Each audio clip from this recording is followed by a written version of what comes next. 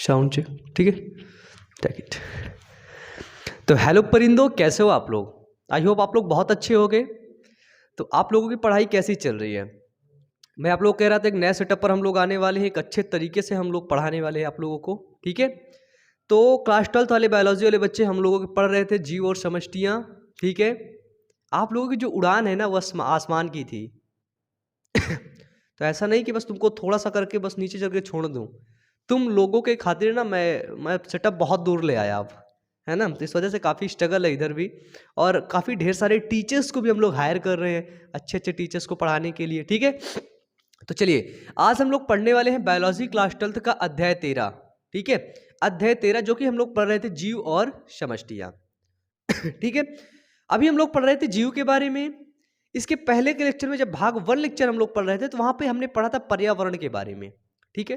पढ़ा हमने ये देखा कि पर्यावरण में 2 कारक पाए जाते हैं, ठीक है। कौन कौन से?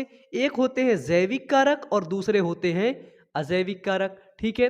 भाग 2 में हमने पढ़ा कि कुछ अजैविक कारक ऐसे हैं जिनका पृथ्वी पर रहना बहुत ज्यादा इंपॉर्टेंट रोल अदा करता है ना। हमने भाग 2 में, जब भाग 2 का खत्म हो रहा था तो वहां पे हमने किसके बारे में पढ़ा था? पर्यावरणीय या अजैविक कारक के बारे में, ठीक है। अजैविक पर्यावरणीय कारक के बारे में, ठीक है। तो जब हमने पढ़ा अजैविक पर्यावरणीय कारक के बारे में देखिएगा, अजैविक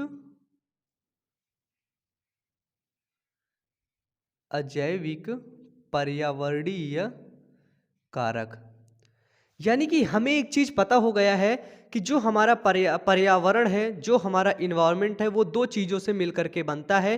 पहला अजैविक और दूसरा जैविक। जैविक कारक या जैविक घटक, अजैविक कारक या अजैविक घटक। मेरे साथ बोलो सभी बच्चे एक बार बोलो, ठीक है। पर्यावरण 2 चीजों से मिलकर के बनता है, ठीक है। हमारा घर कितनी चीजों से मिलकर के बनता है बताओ? हमारा घर ईंटों से मिलकर के बनता है, सीमेंट से, सरिया से मिलकर के बनता है ना। इसी तरह हमारा जो पर्यावरण है वो किन चीजों से मिलकर के बनता है? वो बनता है जैविक कारक से और अजैविक कारक से, ठीक है। क्लियर है? यहां तक हमने देखा था कि पर्यावरण होता है, एक जीव होता है, फिर जीव से क्या बनता है? समष्टि समुदाय बनता है, फिर समुदाय से पारितंत्र बनता है, फिर पारितंत्र से क्या बनता है? बताया था ना मैंने आपको, बताया था ना, सभी चीजें याद है ना। देखो उनको पुरानी जो आपकी पुरानी चीजें हैं ना उनको रिकॉल करते रहो, ठीक है। यदि रिकॉल नहीं करोगे ना सभी चीजों के बारे में भूल जाओगे। हम देख रहे थे अजैविक पर्यावरणीय कारक के बारे में, वहां पर हम लोगों ने देखा था, इसके पहले हमने बताया था जो अजैविक पर्यावरणीय कारक हैं वो था हमारा, पहला था हमारा तापमान, ठीक है। हमने देखा था टेम्परेचर के बारे में। इसके बाद आता है हमारा जल, ठीक है। इसके बाद आता है प्रकाश और इसके बाद आता है मृदा, ठीक है। सबसे पहले हम लोग देखते हैं टेम्परेचर क्या होता है, फिर जल क्या होता है, प्रकाश क्या होता है, मृदा क्या होता है। टेम्परेचर, जल, ठीक है, प्रकाश, मृदा। तो देखो भैया एक चीज समझ लो कि जो पर्यावरण है वो, देखो एक चीज समझ लेना, ये है हमारा एक पर्यावरण। पर्यावरण सिर्फ 2 चीजों से मिलकर के बनता है। पहला है हमारा जैविक कारक और दूसरा है हमारा अजैविक कारक, ठीक है, या अजैविक घटक। अजैविक कारक, जैविक कारक, फिर अजैविक कारक, ठीक है। जैसे कि हमें पता है जो जैविक कारक में जीव जंतु आते हैं, अजैविक कारक में क्या आते हैं? तापमान, जल, प्रकाश, मृदा। हमने ये देखा है कि जो जैविक कारक होते हैं क्या होते हैं? जो हमारे जैविक कारक होते हैं वो अजैविक कारक पर डिपेंड होते हैं, बताइए। और जो अजैविक कारक होते हैं ना वो जैविक कारक पर भी कहीं ना कहीं डिपेंड होते हैं। तो यही जैविक कारक और अजैविक कारक के बीच में समझना। अच्छा ये बताइए, अजैविक कारक हमने देखा तापमान है, समझ रहे हो? बिल्कुल सिंपल से समझो, ठीक है, बिल्कुल मतलब अच्छे से समझो, ठीक है। अपना दिमाग अब जो तुम्हारा कंसंट्रेशन है ना उसको बिल्कुल पास में रखो, अब बिल्कुल आराम से समझो। ये बताओ कि जो तापमान है, सूर्य प्रकाश देता है, पौधे खाना बनाते हैं, बताइए। सूर्य प्रकाश देता है, पौधे खाना बनाते हैं, उस खाना को अपन लोग मिलके खा लेते हैं, ये बताओ कि जो सूर्य आया, तापमान आया, तापमान क्या जैविक कारक है? नहीं कारक है। अगर सूरज नहीं निकला तो क्या होगा? पौधे खाना बना पाएंगे? नहीं बना पाएंगे। फिर खाना क्या करेंगे? खाना तुमसे मांगेंगे। क्या बोलेंगे?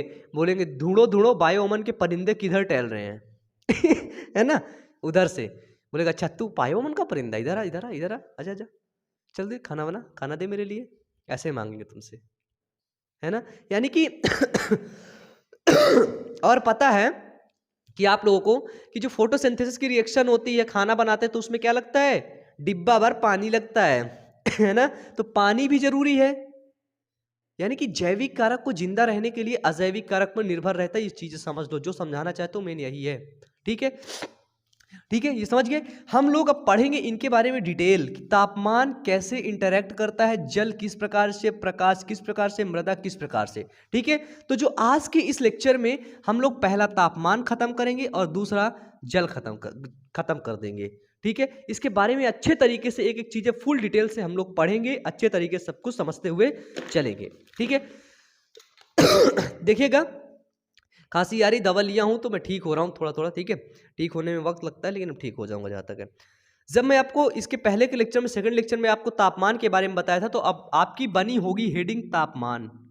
क्या बनी? हेडिंग क्या बनी थी? तापमान। टेम्परेचर आपकी हेडिंग बन रखी है और उसमें आप लोग लिख रखे हैं, क्या लिख रखे हैं कि तापमान एंजाइमों की बलगति को प्रभावित करता है। क्या करता है? एंजाइम जो होते हैं उनकी बलगति को प्रभावित करता है और इसके द्वारा आधारी उपापचय जीव के अन्य कार्यकीय प्रकारों तथा उनकी गतिविधियों को प्रभावित करता है। जो तापमान होता है वो क्या करता है? अन्य कार्यकीय उनकी जो गतिविधियां होती हैं उनको वो प्रभावित करता है। ठीक है, जैसे मैंने आपको एग्जाम्पल दिया था केमिकल, अगर आप उसमें जाएंगे, रसायन विज्ञान पढ़ते हैं, वहाँ पे देखते हैं अगर टेम्परेचर थोड़ा सा बढ़ाया जाता है, किसी भी जब क्रिया होती है तो वहाँ पे क्या होता है? टेम्परेचर बढ़ाने पर क्रिया की क्या बलगति ऊपर नीचे हो जाती है। ठीक है, अब हम ऐसे देखेंगे कि कौन से जीव जो कम तापमान में रहते हैं, ठीक है, ज्यादा तापमान में रहते हैं, उन जीव के नाम देखेंगे। ठीक है, तो जो आपका एनसीईआरटी दे रखा है, ठीक है, जो जो भी इंपॉर्टेंट है उन चीजों को हम लेकर के चलते हैं। जब हम लेक्चर नंबर 2 पढ़ रहे थे, लेक्चर इसी जीव और समष्टियां का भाग 2 पढ़ रहे थे, तो वहां पर हमने एक स्ट्रक्चर देखा था, हमने एक डायग्राम देखा था। ये देखिए ऐसे कुछ था, फिर यहाँ पर नीचे वर्षा का दिया था, यहाँ पर टेम्परेचर का दे रखा था, यहाँ पे देखा था एक उष्णकटिबंधीय वन है, ठीक है, फिर घास का मैदान है, फिर क्या है? शंकुधारी वन है। ठीक है, देख रहे थे ना, ये क्या है? अल्पाइन टुंड्रा है। तो ये सब क्या था? यहाँ पर तापमान ज्यादा है, फिर मरुस्थल था, ठीक है, मरुस्थल में जहाँ पे वर्षा कम होती है, ये सारी चीजें थी ना वहाँ पे, हमने देखा था ना। उनसे सारी क्या समझ में आ रही थी? वो सारे एक जीवोम थे। क्या थे? वो जीवोम थे, अलग अलग। अब जैसे हम लोग कहाँ हैं, जैसे आप लोग हम मेरे को राजस्थान से देख रहे हैं, तो क्या क्या लगता है आपको कि मैं राजस्थान आके सरवाइव कर सकता हूँ? उसके लिए मुझे काफ़ी ज़्यादा वहाँ पे आकर के कैपेबल होना पड़ेगा, तब मैं राजस्थान में रह करके सर्वाइव कर सकता हूँ। ठीक है, क्या लगता है मैं ऐसे ही जाके जम्मू कश्मीर में सर्वाइव कर सकता हूँ? नहीं कर सकता, क्योंकि वहाँ का बायोम, वहाँ का जीवोम बिल्कुल से अलग है। ठीक है, तो यहाँ पर हम लोग देखते हैं कि जो तापमान होता है, जो टेम्परेचर होता है, वो देख लीजिए कि जलवायु क्षेत्र के आधार पर 4 प्रकार के जीव पाए जाते हैं। जलवायु क्षेत्र के आधार पर, जिस जगह की जैसी जलवायु होती है। हमने देखा था जो हमारा उष्णकटिबंधीय वन होता है, क्या होता है? उष्णकटिबंधीय वन,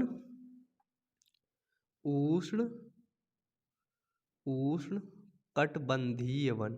ठीक है, जो हमारा उष्णकटिबंधीय वन होता है वो क्या होता है? उष्णकटिबंधीय वन में क्या होती है? वर्षा कम होती है ना, वो सॉरी, वर्षा यहाँ पर ज्यादा होती है और टेम्परेचर क्या होता है? कम होता है, हल्का सा। ठीक है, लेकिन टेम्परेचर कम होता है लेकिन टेम्परेचर ज्यादा होता है। यहाँ पे कितना टेम्परेचर था? जितना भी था वो भी टेम्परेचर ज्यादा होता है, लेकिन एक टेम्परेचर बराबर रहता है। ये देखो, ऐसे हम लोग जाएंगे तो टेम्परेचर क्या होगा? बराबर होगा। लेकिन वर्षा देखो कितनी हो रही, वर्षा बहुत भारी हो रही है। ठीक है, तो यहाँ पर अलग प्रकार के जीव पाए जाएंगे। ठीक है, नेक्स्ट आता है जैसे हमारा मीजोथर्म। मीजोथर्म जैसे आ गए उपोष्ण कटिबंधीय। ठीक है, यानी कि यहाँ पर जितना ज्यादा हाई टेम्परेचर होगा ना, वैसे जीव यहाँ पर वास करेंगे। ठीक है, मीजोथर्म क्या हो गए? हमारा आ गया उपोषण कटिबंधीय वन आ गया जैसे हमारा। ठीक है, मीजोथर्म, वहाँ पे इससे थोड़ा कम टेम्परेचर में वास करेंगे। फिर आता है माइक्रोथर्म, यानी कि टेम्परेचर बिल्कुल थोड़ा सा रहेगा, नॉर्मल रहेगा। ठीक है, यहाँ पर जैसे हमारा ये जो आता है हमारा, ये क्या बोलते हैं, लाइक शीतोष्ण वन। ठीक है, क्या है, शीतोष्ण वन आ गए हमारे। शीतोष्ण वन कहाँ पर आ गए हमारे, माइक्रोथर्म पे।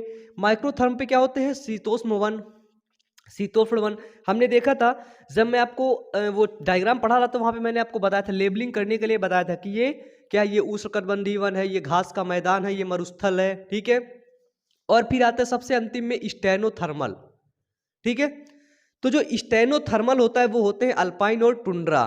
ठीक है, ठीक है, जो शीतोष्ण वन होते हैं, जो स्टेनोथर्मल होते हैं, वो क्या होते हैं, वो हमारे उत्तर ध्रुवी और अल्पाइन टुंड्रा होते हैं स्टेनोथर्मल। ठीक है, क्या होते हैं,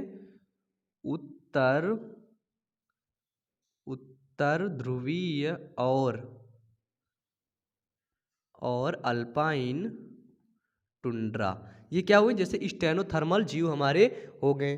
ठीक है, तो ये हुआ हमारा तापमान के आधार पर। ठीक है, जैसे कि तापमान में जैसे जीव रहते हैं, एक आता है तापमान सहिष्णुता। ठीक है, क्या आता है, तापमान सहिष्णुता।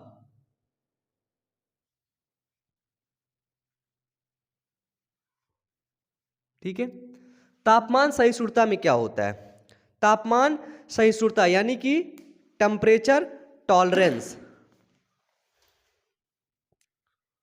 Temperature tolerance. ठीक है, तापमान सहिष्णुता आपके एनसीईआरटी में तापमान सहिष्णुता के बारे में दे करके रखा गया है। ठीक है, तो टेम्परेचर टॉलरेंस में दो प्रकार के जीव आते हैं। पहले जीव हमारे होते हैं यूरीथर्मल, क्या होते हैं, यूरीथर्मल। फिर दूसरे जीव आते हैं स्टेनोथर्मल। ठीक है, पहले जीव आते हैं हमारे यूरीथर्मल, फिर होते हैं स्टेनोथर्मल। ठीक है, ठीक है, यूरीथर्मल जीव और स्टेनोथर्मल जीव। ठीक है, सॉरी, जो यूरीथर्मल होता है, ठीक है, क्या होता है, यूरीथर्मल,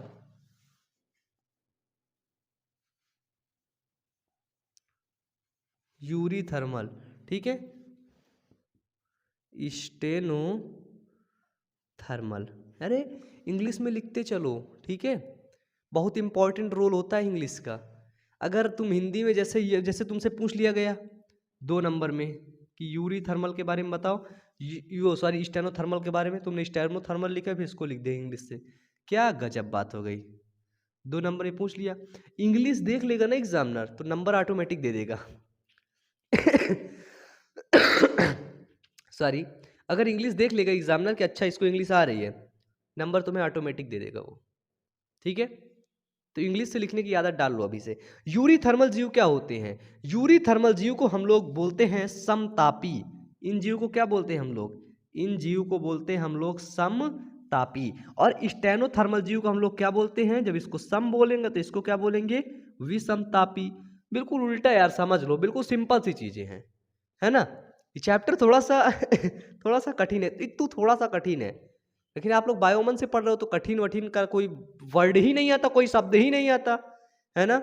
बायोमन मतलब कठिन से कठिन चीज़ों को बिल्कुल सिंपल से सिंपल बनाना होता है इस ऑर्गेनाइजेशन में, है ना। इस ऑर्गेनाइजेशन में बोरिंग टीचर भी नहीं आते हैं कि बोरिंग टीचर आकर कैसे, हाँ तो पढ़ लो, ऐसा ऐसा होता है, ऐसा सब बाकी बुक से पढ़ लेना, है ना। ऐसा ऐसा तो होता नहीं, बिल्कुल अच्छे से पढ़ाई होती है। ठीक है, तो देखो यूरीथर्मल क्या होता है, यूरीथर्मल होता है समतापी, यानी कि जहां पर समान ताप हो, यानी कि हम इसे बोल सकते हैं कि लंबे ताप प्रसार में रहने वाले जीव। समतापी मतलब वहां का ताप प्रसार जो है वो कम है, यानी कि हम लोग क्या बोलेंगे इन जीव को कि लंबे ताप प्रसार में, ठीक है, लंबे ताप प्रसार में रहने वाले जीव। ऐसे जीव जो लंबे ताप प्रसार में रहते हैं, जैसे रेगिस्तान के जो जीव रहते हैं, रेगिस्तान में ऊंट रहता है। बताइए, यदि ऊंट को बोल दिया जाए कि ये ऊंट चाचा तो करे जम्मू कश्मीर में छोड़ आओ, उधर ही रहेगा, ऊंट तुमको पता क्या बोलेगा, बोलेगा पागल है क्या यार तू, ऐसे नहीं बोलेगा, बोले अबे पागल है तू, मैं रेगिस्तान में से दौड़ूंगा, नुकीली पत्ती खाऊंगा कि जम्मू कश्मीर में जाकर बर्फ खाऊंगा है ना। तो वो ऊंट क्या है, एक लंबे तापमान में वो रहा आ रहा है, ठीक है। अब तुम ऊंट का बच्चा पैदा हुआ छोटा सा, उसको लेके जम्मू भेज आए, अब फिर वहीं बोल दिया बेटा देखो तुमको यहीं रहना है, घर वर तुमको सब यहीं मिलेगा, एक फ्लैट दे देंगे बेटा, और एक तुमको थोड़ा सा वो टूटी टूटी बाइक दे देंगे चलाने के लिए, उसी चलाना घूमना यहीं पे ऐसे, है ना। फिर तुम्हारा शादी वादी भी प्रबंध यहीं पे कर देंगे, वहीं रहना। तो वो वहाँ पे रहने के अनुकूल होगा, वहाँ पे रहने की वो आदत डालेगा। लेकिन वो ऊँट है, उसका जो घर वाले यहाँ पे रेगिस्तान से याद करेंगे तो वो भाग आएगा पैदल ही, बोलेगा नहीं मुझे यहाँ रहना ही नहीं है, मज़ा ही नहीं आ रहा इधर कुछ, है ना। इधर कुछ रेत वेत दिख ही नहीं रहा साला, इधर जिधर देखो उधर बर्फ़ है, उधर बर्फ़ है, अब कुछ दिख ही नहीं रहा तो हम चले भैया, ऊँट भाग आएगा। तो यहाँ पे क्या होता है समझना। जम्मू कश्मीर जैसे देखिए बर्फ़ में क्या रहता है, बर्फीले भालू होते हैं ना, बर्फीले भालू। अब बर्फीले भालू को बोल दो ए चाचा चल तो करे रेगिस्तान में रखते हैं वहीं पे, चल उठा बर्फीला भालू ये लेटा इधर ऐसे, ए भैया चल उठ उठ इधर से, ठंडी है उठ इधर से चल, तो का रेगिस्तान में भेज के आए, जाएगा गाली बकने लगेगा वो है ना। तो क्या होता है कि लंबे ताप प्रसार में रहने वाले जीव को हम लोग यूरी थर्मल बोलते हैं। यूरी थर्मल कभी भूलना नहीं, नहीं ऐसा तमाचा मारूंगा कि ये जो तुम्हारा मुंह हंस रहा है ना अभी, ये देखो ये जो हंस रहा है ना, ये बिल्कुल रोने लगेगा, ऐसे तुम्हारे आंसू निकलने लगेंगे, कान खोल के सुन लेना। ये इंपॉर्टेंट क्वेश्चन है, याद रखना, ठीक है। जब अगली बार जाओगे ना नीट में तो उधर भी देख लेना, उधर भी ये क्वेश्चन पूछे जाते हैं, ठीक है। ठीक है, यूरी थर्मल पूछा जाएगा क्या है, समतापी है, स्टेनोथर्मल क्या है, विषमतापी है, ठीक है। इतना क्लियर है यहाँ पे इतना क्लियर है। चलिए एक आता है बर्गमन का नियम, किसका नियम, बर्गमन का नियम, बर्गमन का नियम। देखो नियम नहीं समझना, खांसी ने मुझको परेशान करके रख दिया, मुझे कभी कभी बहुत गुस्सा आ जाता है, इतना ज़्यादा मैं बीमार रहने लगा हूँ, फिर भी मैं अपनी दवा नहीं कर पाता हूँ खुद से, ठीक है। बर्गमन का नियम क्या था, बर्गमन ने एक नियम दिया था और वो ये नियम था कि ये जो जीव इसमें थे ना, वो उनके क्या थे, आकार पर निर्भर थे, ठीक है। किस पर, आकार पर निर्भर। अभी ये चीज़ मत समझो, इसको तुम बिल्कुल मत समझो, मैं क्या लिख दिया कुछ मत समझो, नीचे ये समझो कि देखिए जैसे है हमारा बर्फीला क्षेत्र, ये है हमारा बर्फीला क्षेत्र, हमको ये बताओ जो बर्फीले क्षेत्र में जो जीव पाया जाएगा उसका अक्सर आकार कैसा होता है। बर्फीले क्षेत्र में पाए जाने वाले जीव का आकार छोटा होता है या फिर आकार बड़ा होता है।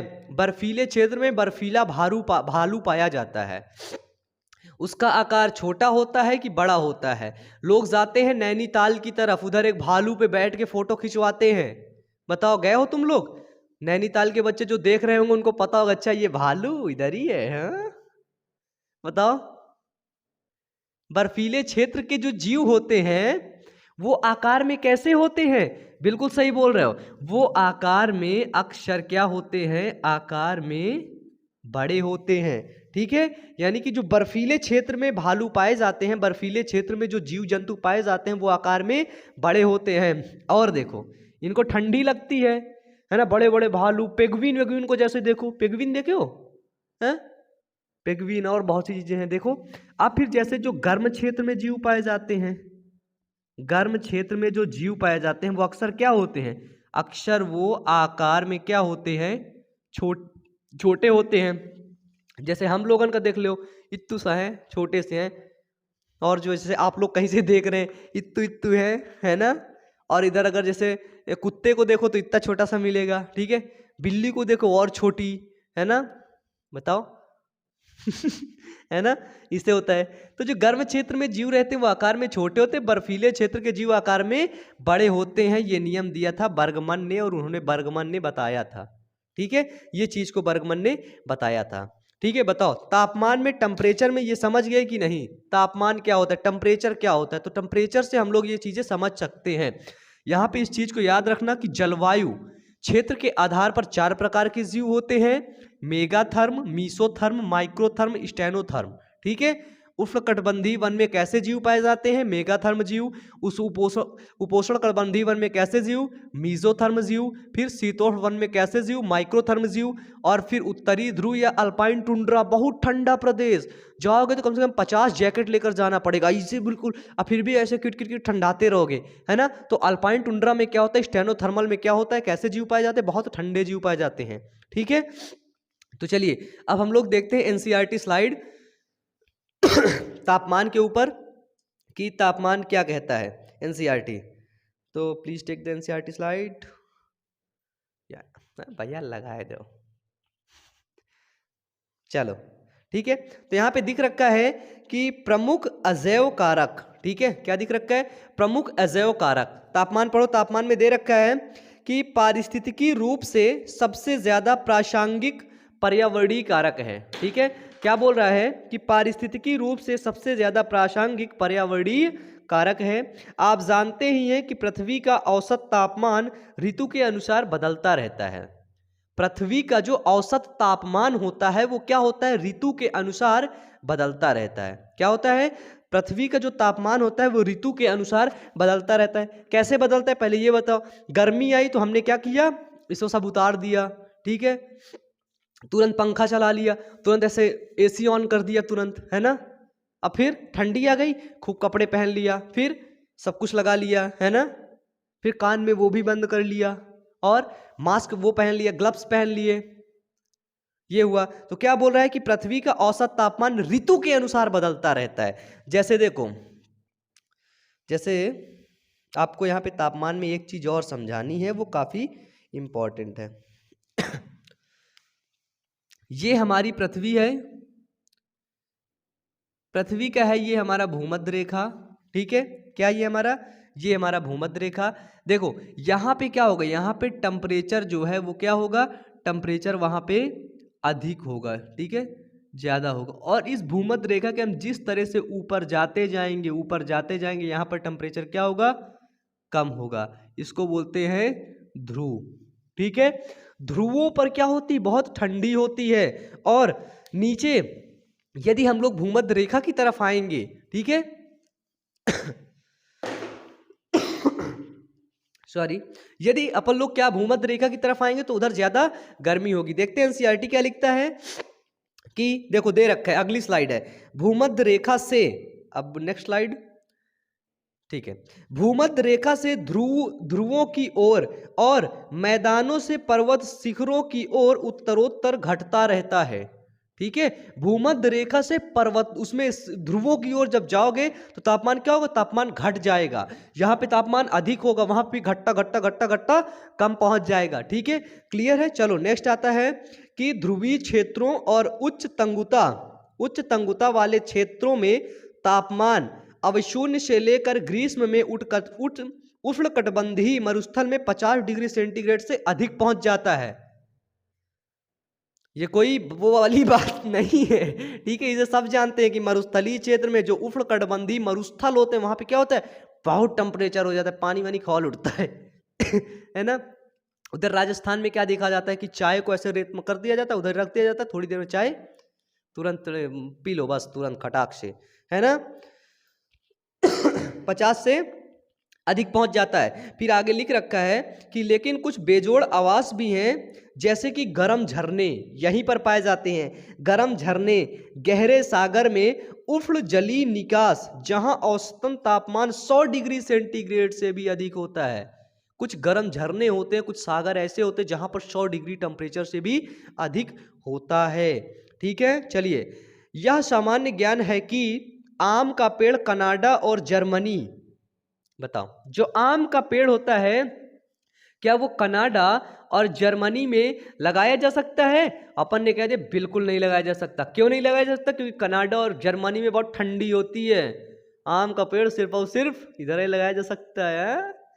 आम का बाग इधर ही लगाया जा सकता है। सोच लो, कनाडा, वहां पे तुम आम का पेड़ लगाने चल दिया, फिर आम बेचो, तुम्हारा सपना था कि यहाँ से शादी वादी करके कनाडा पहुंच जाएंगे और उधर ही आम की खेती करेंगे, तो बेटा तुम लुट गए, तुम गए, तुम बर्बाद हो गए, तुम एकदम से चले गए, तुम कुछ भी नहीं कर पाओगे, ठीक है।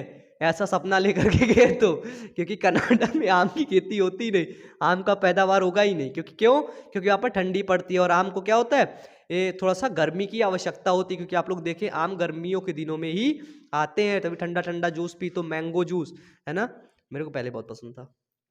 चलो यहाँ पे जैसे देख लेते हैं, आप सामान्य ज्ञान में जाते हैं, जानते ही हैं कि आम का पेड़ कनाडा और जर्मनी जैसे शीतोष्ण देश में नहीं होते हैं, ठीक है, और ना हो सकते हैं। अगर तुम में से कुछ दिमागदार बालक पहुंच जाएं कनाडा और जर्मनी की तरफ, ठंडे प्रदेशों में, और पहुंचो इधर हम आम की खेती करेंगे, तो बच्चे नहीं कर पाओगे, ठीक है। अकल का काम लगाओ, अकल जो बुद्धि तुम्हारी जो दिमाग घुसा है ना, न्यूरॉन्स, उसमें का काम लगाओ, ठीक है, दूसरों कहने पे मत आओ है ना। चलो देखो अच्छे से समझ के चलना है, कोई बहुत जल्दी नहीं है, ठीक है। चलो अगला है पूरा, इसीलिए मैं एनसीईआरटी पढ़ाता हूँ, ठीक है, क्योंकि अधिकतर बच्चों का दिक्कत रहता है कि सर मैं इस बोर्ड से हूँ, मैं उस बोर्ड से हूँ, और मैं क्या पढ़ूंगा। अगर हम इधर के बोर्ड उधर को बोर्ड ऐसे ऐसे बोर्ड पढ़ाएंगे तो हमको अलग अलग पढ़ाना पड़ेगा। तो भैया सबको हमें पढ़ाना है तो एनसीईआरटी पढ़ाओ, ठीक है। एनसीईआरटी सबसे ज़्यादा कठिन और टफ मानी जाती है, समझ लो। कोचिंग संस्थाओं में लिखा रहता है कि मतलब आपके शहर में एक ऐसी कोचिंग जो एनसीईआरटी बेस्ड पढ़ाता है ना, ठीक है। तो चलिए एनसीईआरटी पढ़िए समझ के, ठीक है। जैसे देखिए फिर यह लिखा गया है कि हिम चीते केरल के जंगलों में नहीं मिलते। अब केरल में तो वर्षा होती है, गर्मी होती है, अब तुम बोल दो हिम चीते, जो ठंडी वाले जो चीते रहते हैं, ठीक है, हिम चीतों को ले आओ, चाचा चल केरल में तू रहे वहां पे, केरल के जंगल में हिम चीते रहेंगे? कभी नहीं रहेंगे, ठीक है, मार के भगा देंगे, बोलेंगे भग गधा कहीं क्या, हिम चीते केरल के जंगल में कभी नहीं ठीक है, हिम चीते केरल के जंगल में नहीं मिलते। और जैसे हो गई हमारी ट्यूना मछली, ठीक है, और ट्यूना मछली महासागर में शीतोष्ण अक्षांश के आगे कभी कभार ही पकड़ी जाती, शीतोष्ण अक्षांश के आगे वो प्रजनन करने आती, फिर वो चली जाती है, ठीक है, पकड़ी जाती है। फिर आगे अंडरलाइन दे रखा है, आगे दे रखा है कि जीवधारियों के लिए तापमान के महत्व को आप उस समय अच्छी तरह से सराह सकते हैं जब आपको पता चले कि जब आपको जैसे कि पता चल गया जीवधारी के बारे में, क्या पता चल गया, जब आपको पता चले कि प्रकीर्णों का मतलब एंजाइम, ठीक है, कि एंजाइम की बलगति को प्रभावित करता है। हमने आपको कहा बताया, हम बता के थक गए।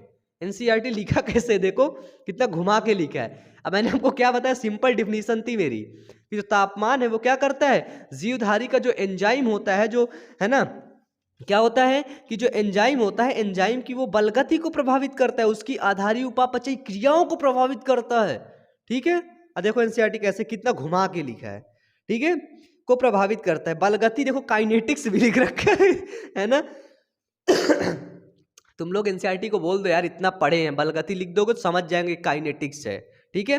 काइनेटिक्स को प्रभावित करता है और इसके द्वारा आधारी उपापचयी जीव के अन्य प्रकारों तथा उसकी गतिविधियों को प्रभावित करता है। ये मैंने बता दिया था ना, टेम्परेचर पढ़ाने से पहले बता दिया था। ले भैया लिख ले इसको, ठीक है। अब देखो यूरी थर्मल, यार इधर भी तो है एनसीईआरटी में सब दिया है, देखो यूरी थर्मल स्टेनोथर्मल बता रहा था ना तुम लोगों को, बहुत इंपॉर्टेंट, सबसे इंपॉर्टेंट है यूरी थर्मल स्टेनोथर्मल। कौन सा थर्मल, यूरी थर्मल स्टेनोथर्मल, ठीक है। तो चलो देख लो यहाँ पे क्या दिया गया है कि कुछ जीव तापमानों के व्यापक परास, यानी कि व्यापक मतलब व्यापक परास सहन कर सकते हैं और खूब बढ़ते हैं, ठीक है। ये क्या कहते हैं, ये कहलाते हैं प्रथुता जापी या फिर यूरी थर्मल। हिंदी देखो कितनी मतलब वो है, अच्छी भाषा है ना। क्या लिखा है, प्रथुता जापी या यूरी थर्मल कहते हैं, ठीक है।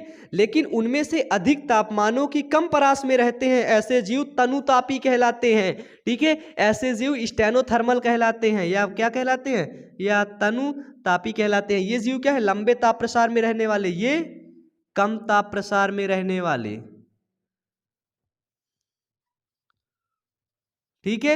ये चीजें देख लो एक बार, ठीक है ना, ये चीजें क्लियर होनी चाहिए। कम ताप प्रसार में रहने वाले जीव हैं, ठीक है। चलो ये क्या है, लेकिन उनमें से अधिकांश तापमानों की कम परास में रहते हैं ऐसे जीव तनुतापी स्टेनोथर्मल कहलाते हैं, ठीक है।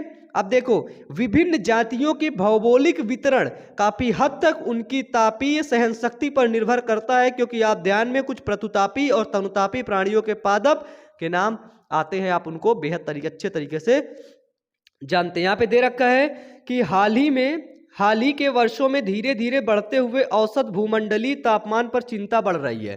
ठीक है, काहे की चिंता बढ़ रही है कि भूमंडल पर, ठीक है, देखो चिंता क्या बढ़ रही है कि भूमंडलीय तापमान पर चिंता बढ़ रही है।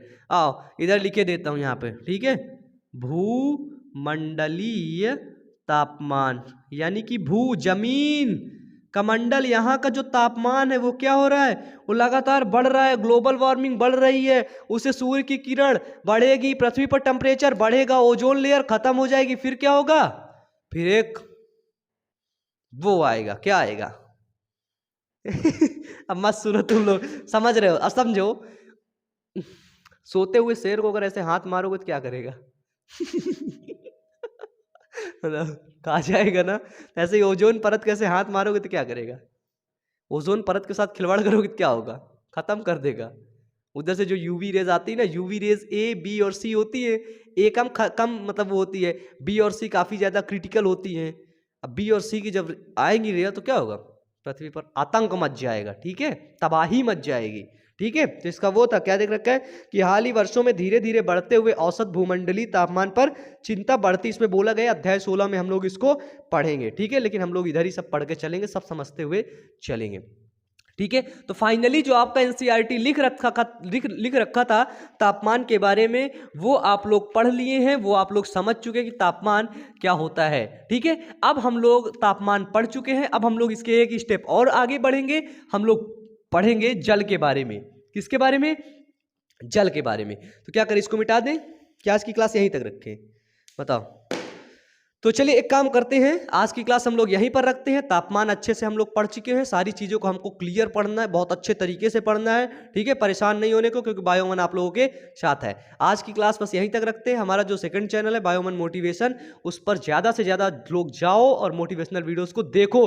कोई दिक्कत है नीचे कमेंट बॉक्स में कमेंट करके बताओ कि सर ये दिक्कत आ रही, पढ़ने मन नहीं लग रहा, क्या दिक्कत है, उसका सोल्यूशन वीडियो के तौर पर बायोमन मोटिवेशन पर आप लोगों को मिलेगा। ठीक है, तो चलिए आज की क्लास बस यहीं तक रखते हैं। पढ़ते रहो, मेहनत करते रहो, और कोई दिक्कत है ना तो बायो अमन तुम लोगों के साथ है, याद रखना, सोते उठते बैठते ना बायो अमन तुम लोगों के साथ है। ओके, चलो, तो wish you all the best, thank you.